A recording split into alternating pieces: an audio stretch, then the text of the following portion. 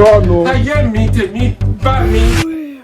gusa parya yarandindisha bino bitoki ko nta mujura njya mbonara.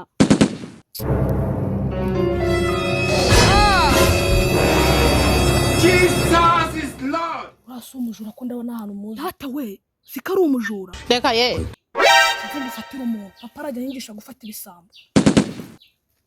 Yewe data we mbonye nzi ko ndi kumwe ka gacupa konyine ka gacupa nareba iki ndakirariye karabaye we abakire ubu ngubu Rano. igize ibimara barafata igitoki ariko sha mu ruhengeri ko bari gutanga uburyo bwo kogosha ingagi ukaba uri hano i Kigali nkaba mbona umeze nkazo wagiye bakakogosha ukasubira iwanyu. gukora amateka Aha, singufashe.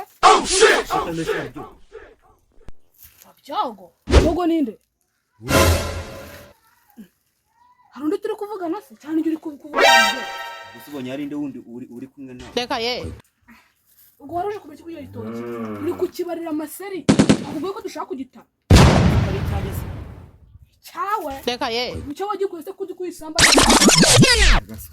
Kino gitoki nakiguze na iswobwe wa Papa ari uko muzi ntago ajya agurisha ibitoki. Iyo tubiciye turatara tukirira imineke. Noneho twagira imitobe twajya kujyana mu buko hakuwo gufasha igende. Jesus is Lord. Haraho ugeze bikaguca kugera ku mutwe.